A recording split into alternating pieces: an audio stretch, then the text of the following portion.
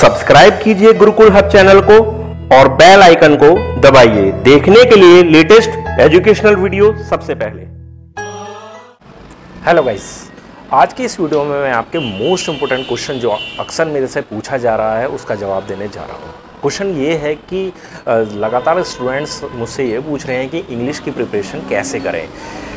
English, अगर SSC CGL के exam की बात की जाए तो इंग्लिश का एक बहुत बड़ा एक अहम रोल हो जाता है, क्योंकि 50 मार्क्स की इंग्लिश रहती है टीयर 1 के अंदर और 200 मार्क्स हो जाते हैं टीयर 2 में, यानी कि टोटल मिलाकर 250 मार्क्स। और 250 मार्क्स केवल 600 में से 250 मार्क्स अगर इंग्लिश के हैं तो सीधी सी बात है एक बहुत बड़ा अहम रोल होता है इंग्लिश का।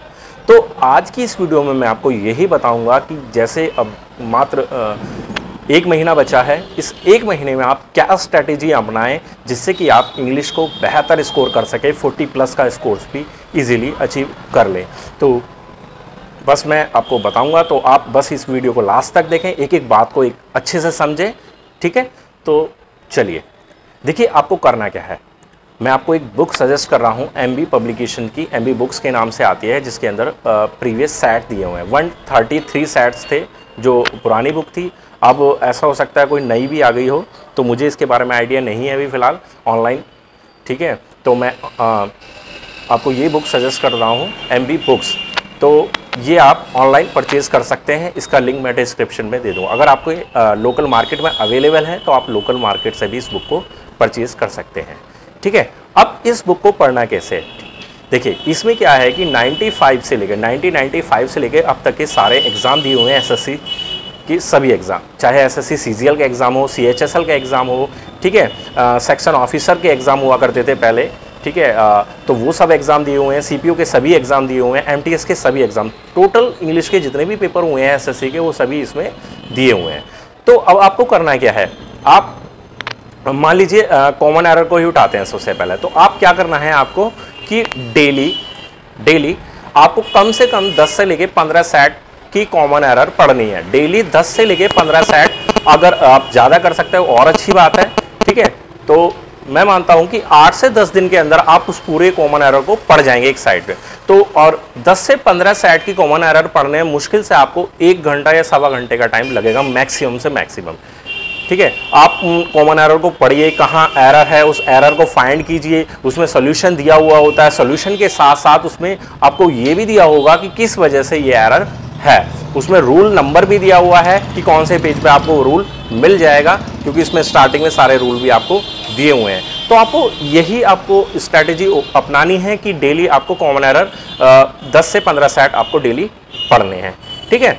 कॉमन एरर पढ़ने के साथ साथ आप दूसरे साइड में 1 घंटे डेली क्या पढ़ना है आपको, वोकैब, जिसमें आप सिनोनियम्स लेंगे, एंटोनियम्स लेंगे, ठीक, वन वर्ड सब्स्टिट्यूशन लेंगे, इडियम फ्रेज लेंगे, ठीक है। तो अब इसमें आपको क्या करना है, ये भी डेली 8 सेट कर सकते हैं, 7, 8 या 10 सेट जितने भी कर सकते हैं वो आप डेली पढ़िए। 1 से सवा घंटा आपको ये पढ़ने में लगेगा, ठीक है। कंटिन्यू इसी प्रोसेस को लगातार चलाते रहिए, ठीक है। वॉकअप तो आपको कंटिन्यू एक साइड से लगातार चलानी है, क्योंकि आप मान के चलिए कि अगर 50 मार्क्स की इंग्लिश है तो उसमें 20 से 25 मार्क्स की वॉकअप होती है। तो वॉकअप तो आज से स्टार्ट कीजिए और लास्ट डे तक, जब तक आपका एग्जाम है, टोटल सारी वॉकअप पढ़ जाइए जितने भी एग्जाम में आई हुई है, जितने भी इसमें दी हुई है, ठीक है।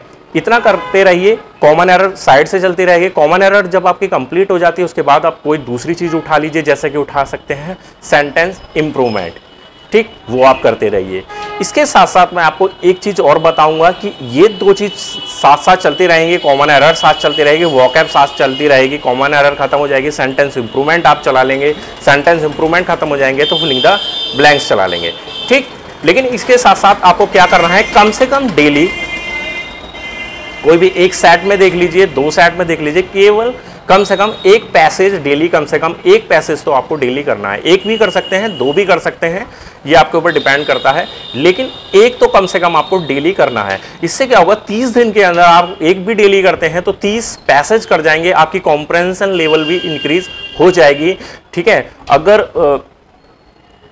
ऐसा हालांकि पैसेज में नहीं होता कि वो रिपीट हो जाता है, पैसेज कम ही रिपीट होते हैं, लेकिन फिर भी आपकी एक कमांड बन जाएगी पैसेज के ऊपर भी, ठीक है, तो वो भी आपके लिए थोड़ा सा बेनिफिशियल होगा, क्योंकि आपकी एक हैबिट बन जाएगी 30 दिन लगातार अगर आप पैसेज पढ़ेंगे तो आपको पैसेज एक तो जल्दी रीड कर लेंगे, क्वेश्चन को इजीली फाइंड करना सीख जाएंगे।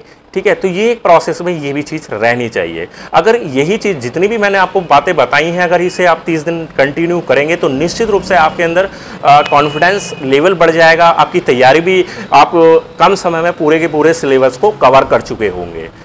ठीक, तो यही सब टिप्स आप अपना सकते हैं, लेकिन इन टिप्स को अपनाने का यही है कि आपको बहुत ही कड़ाई से, बहुत ही अच्छे तरीके से इन टिप्स को फॉलो करना पड़ेगा, क्योंकि जरा भी लापरवाही आपके लिए हानिकारक हो सकती है। तो डेली आपको कम से कम मैं मानता हूँ 2.5 से 3 घंटे का टाइम इंग्लिश के लिए निकालना पड़ेगा, और इतना टाइम आप निकालेंगे, डेली निकालेंगे, 30 दिन तक लगातार तैयार करेंगे तो आपको बेनिफिट मिलेगा। ठीक, तो बस आज की वीडियो में बस आपको यही सब बताना था, क्योंकि लगातार मेरे से यही क्वेश्चन पूछा जा रहा था कि इंग्लिश को कैसे इंक्रीज करें।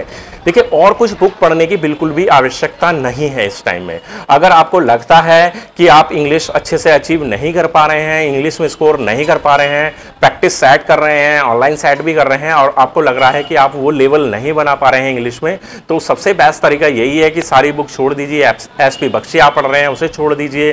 ठीक है, आप पढ़ रहे हैं ल्यूसेंट की जनरल इंग्लिश पढ़ रहे हैं या प्लिंथू पैरामाउंट कोई भी बुक पढ़ रहे हैं, फिलहाल उसको छोड़ दीजिए। केवल आप इस बुक को उठा लीजिए, MB बुक्स को। ये आपके लिए निश्चित रूप से इतना स्कोर कर जाएगी कि आप Tier 2 एक अच्छे स्कोर के साथ बना लेंगे, क्योंकि ज़्यादातर स्टूडेंट होते हैं उनके साथ क्या होता है, मैथ रीजनिंग अच्छा स्कोर कर लेते हैं, 90+ का स्कोर कर लेते हैं, GS तो देखो एक समस्या बनी रहती है, लेकिन इंग्लिश अगर ठीक हो जाती है हमारी, अगर इंग्लिश हमारी 35-40 स्कोर हो जाता है तो 160 का स्कोर करना हमारे लिए कोई बड़ी बात नहीं रह जाती है।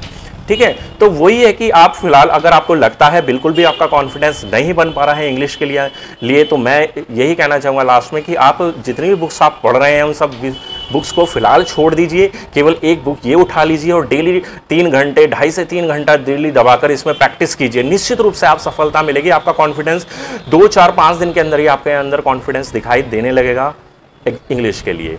ठीक है, तो बस आज की वीडियो में बस इतना ही। अगर आपको मेरी ये बातें जो मैंने आज सजेशन दिया है, आपको ये टिप्स आज समझ में आ रही हैं तो प्लीज़ लाइक ज़रूर करें, शेयर करें दोस्तों से।